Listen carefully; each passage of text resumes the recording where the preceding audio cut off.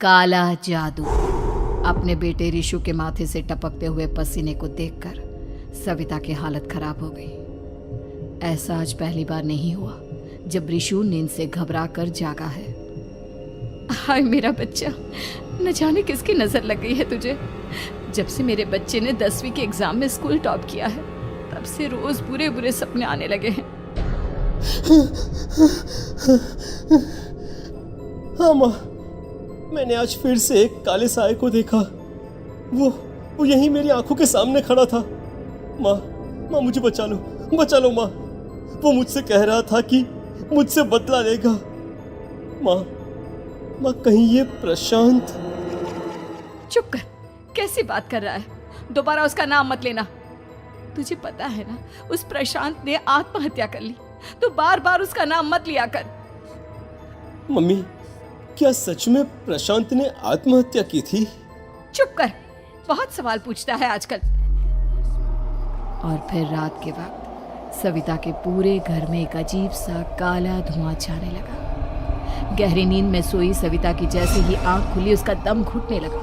वो दौड़कर रिशु के रूम की तरफ गई जहां उसके दरवाजे पर घूमती एक काली परछाई देख वो बुरी तरह से घबरा गई। कौन है वहाँ? कौन है? सामने आओ। ये मैं हूँ, तुम्हारी काली करतूत।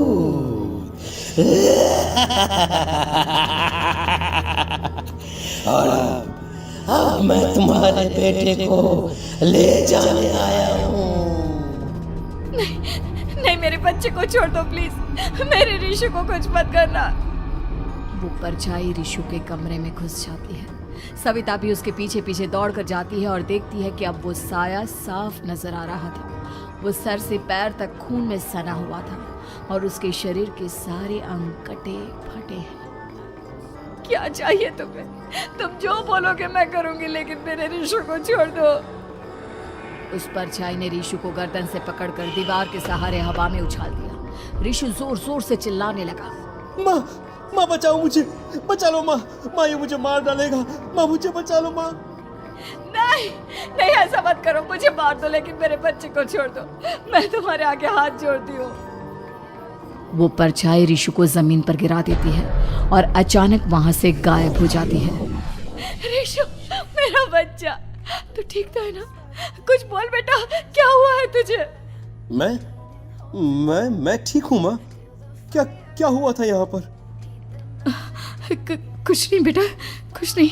तू परेशान मत हो। हम कल ही गांव के बाहर जो तांत्रिक महाराज रहते हैं उनके पास चलेंगे। ठीक है माँ, हम जल्द ही उनके पास चलेंगे। मुझे बहुत डर लग रहा है माँ।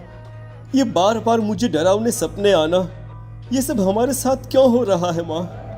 अगले दिन सविता अपने बेटे रिशु को लेकर गांव के बाहर तांत्रिक के पास जाती है। जिस जगह पर तांत्रिक रहा करता था वो जगह बहुत डरावनी थी। चारों तरफ कंकाल और खूब भूतियां नजर आ रही थी। गांव से दूर वीराने में उस जगह पर जोर से आंधी चल रही थी। रिशु ने डर कर अपनी माँ का हाथ पकड़ लिया। माँ मुझे बहुत डर लग रहा है। ये कैसी जगह है? देख बेटा, हमारे साथ जो कुछ भी हो रहा है उसका इलाज सिर्फ और सिर्फ ये तांत्रिक महाराज ही बता सकते हैं। अब यही है जो हमें प्रॉब्लम से बाहर निकाल सकते हैं।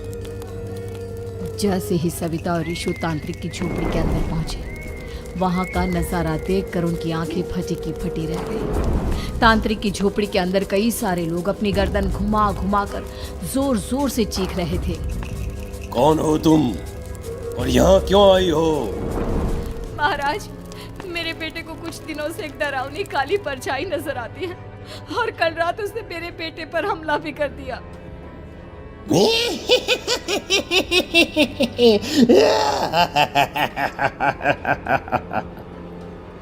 मम्मी हमें यहाँ से चलना चाहिए। ये जगह मुझे ठीक नहीं लगती। नहीं बेटा, ऐसा नहीं कहते। रुक जाओ, 2 मिनट के लिए रुक जाओ। क्या कहा? काली परछाई? तुम्हारे बेटे पर किसी काली परछाई ने हमला किया? हाँ महाराज, वो कह रही थी कि वो मेरे बेटे को कुछ कर देगी। कोई उपाय बताइए महाराज, मेरे बेटे के साथ कुछ गलत नहीं होना चाहिए। तुमने किसी दूसरे के साथ गलत किया है। तो तुम्हारे साथ भी गलत होकर ही रहेगा। तुमने किसी की जान ली है, किसी को मार डाला है तुमने। नहीं महाराज, मैंने ऐसा कुछ नहीं किया। मैंने किसी की जान नहीं ली। मुझे कोई उपाय बताइए। लगता है तुम इतनी आसानी से नहीं मानोगी। मैं तुम्हें अभी उस काली परछाई से मिलवा देता हूँ और वही सारा सच तुम्हारे सामने लेकर आएगा। हाँ? सविता और ऋषु ने डर के मारे अपनी आंखें बंद कर ली। तभी अचानक तांत्रिक की झोपड़ी में अजीबोगरीब आवाजें गूंजने लगी। सविता और ऋषु बुरी तरह से कांप रहे थे। आंखें खोलो और अपने सामने देखो। क्या यही है वो जिससे तुम कल रात को मिली थी? बताओ मुझे। हाँ, इसने कल रात मेरे बेटे के ऊपर हमला किया था। ये उसी लड़के की भटकती हुई आत्मा है जिसे कुछ दिन पहले तुमने मार डाला था। मम्मी ये महाराज क्या कह रहे हैं? क्या सच में आपने किसी की जान ली है, किसी को मार डाला है? अगर हाँ तो बताइए ना मम्मी, किसको मारा है आपने? किसको? तुम्हारी माँ इतनी आसानी से सच नहीं बताएगी बेटा। इसने एक बच्चे की जान ली है। कहीं उसका नाम प्रशांत तो नहीं महाराज?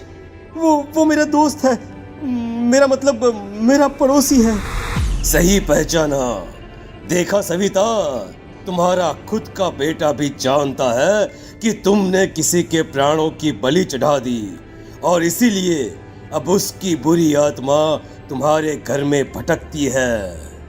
मुझे माफ कर दीजिए महाराज, मुझसे बहुत बड़ी गलती हो गई। प्रशांत हमारे पड़ोसी का बेटा था।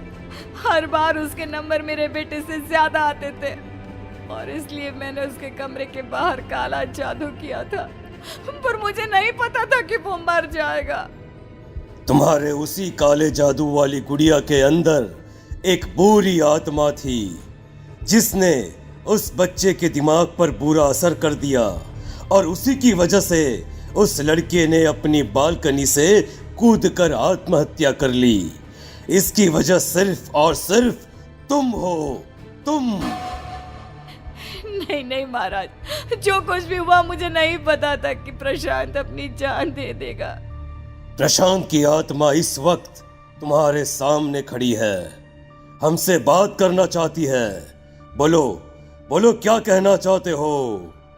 मैं जीना चाहता था, बड़ा होकर कुछ बनना चाहता था। आपके बेटे से मुझे कोई परेशानी नहीं थी। अरे वो तो मेरा अच्छा दोस्त था। मुझे माफ कर दो बेटा, मुझसे बहुत बड़ी गलती हो गई, मुझे माफ कर दो। माफ करने से मुझे वापस जिंदगी नहीं मिल जाएगी। मेरे माँ बाप आज भी मेरे लिए रोते हैं। आपने मेरे साथ बहुत गलत किया है, बहुत गलत। और तभी अचानक प्रशांत की आत्मा वहां से गायब हो जाती है। सविता जोर जोर से रोने लगती है। सुन लिया तुमने? ये तुम्हारे अपने ही किए हुए पाप हैं जो इस तरह से तुम्हारे सामने आ रहे हैं। माँ, ये आपने अच्छा नहीं किया। सिर्फ 10th बोर्ड के एग्जाम में मैं टॉप कर पाऊं, इसलिए आपने मेरे दोस्त के ऊपर काला जादू कर दिया। नहीं मम्मी नहीं, अब हम कभी खुश नहीं रह पाएंगे, कभी नहीं। मेरे दोस्त की आत्मा को कभी शांति नहीं मिलेगी मम्मी, कभी नहीं। लेकिन मैंने जो कुछ भी किया सिर्फ तुम्हारे लिए किया। वो लड़का हमेशा फर्स्ट पोजीशन पर आ जाता था और इस वजह से हमेशा तुम्हारे मार्क्स कम पड़ते थे। मैंने तो सिर्फ उस पर एक छोटा सा काला जादू किया था बेटा। मुझे क्या पता था कि उसका ये नतीजा निकलेगा। जिस गुड़िया को तुमने उस लड़के के कमरे के दरवाजे पर लगाया था, दरअसल उसके अंदर एक बुरी आत्मा का प्रवेश हो गया था, जैसा कि अक्सर काला जादू करते समय हो जाता है। मुझे अपनी गलती का एहसास हो गया है। मैं प्रायश्चित करना चाहती हूँ, आप बताइए मैं क्या करूँ? प्रशांत के घर जाकर उस काली गुड़िया को वहां से निकालकर यहाँ लेकर आओ। मैं उसे आग में जलाकर राख कर दूंगा और उसके बाद प्रशांत की आत्मा को हमेशा के लिए मुक्ति मिल जाएगी। अगली रात सविता चुपचाप अपने पड़ोसी प्रशांत के घर जाती है। प्रशांत के माँ बाप प्रशांत की मौत के बाद उस घर को छोड़कर हमेशा के लिए वहां से चले गए थे। जैसे ही सविता उस घर के अंदर कदम रखती है, उसका सामना अजीबोगरीब हैवानियत से भरी आवाजों से होने लगता है। ऐसा लग रहा था जैसे कोई बुरी तरह से चीख रहा हो। सविता जैसे ही प्रशांत के कमरे के बाहर पहुंचती है, वहां पर लटकी हुई गुड़िया के शरीर से खून टपकने लगता है। ये क्या हो रहा है? इस गुड़िया के शरीर से खून क्यों टपक रहा है? सविता हिम्मत करते हुए उस गुड़िया को वहां से उतारने की कोशिश करती है, लेकिन तभी अचानक से बहुत भयानक दिखने वाली औरत उसकी आंखों के सामने आकर खड़ी हो जाती है। मैं यहाँ से कहीं नहीं जाऊंगी, और अगर तूने मुझे यहाँ से हटाने की कोशिश की तो मार डालूंगी मैं तुझे। नहीं नहीं, मुझे तुम्हें यहाँ से ले जाना ही होगा, नहीं तो मेरा बेटा, उसकी जान को खतरा है। मैं तुम्हें नहीं छोड़ सकती। अगर तुम्हारे अंदर हिम्मत है तो मुझे इस घर से बाहर ले जाकर दिखाओ। और ऐसा कहकर वो औरत सविता के ऊपर हमला कर देती है और उसे हवा में उछाल उछाल कर जमीन पर पटकती है। लेकिन तभी अचानक मौका देखकर सविता अपने हाथ में ली हुई सुई उसके हाथ में चुभो देती है। हाथ में सुई लगते ही वो औरत जमीन पर तड़पने लगती है। ये क्या किया तूने? ये क्या कर दिया? तुझे ऐसा नहीं करना चाहिए था। तांत्रिक ने मुझे कहा था कि तुझसे जीतने का सिर्फ यही एक तरीका है जिससे मैं अपने पापों का प्रायश्चित कर सकती हूँ और अपने बेटे की जान बचा सकती हूँ। और उसके बाद वो डरावनी दिखने वाली औरत एक छोटी सी जादुई गुड़िया में तब्दील हो गई और सविता ने उसे ले जाकर तांत्रिक को दे दिया। तांत्रिक ने जादुई गुड़िया को आग के हवाले कर दिया।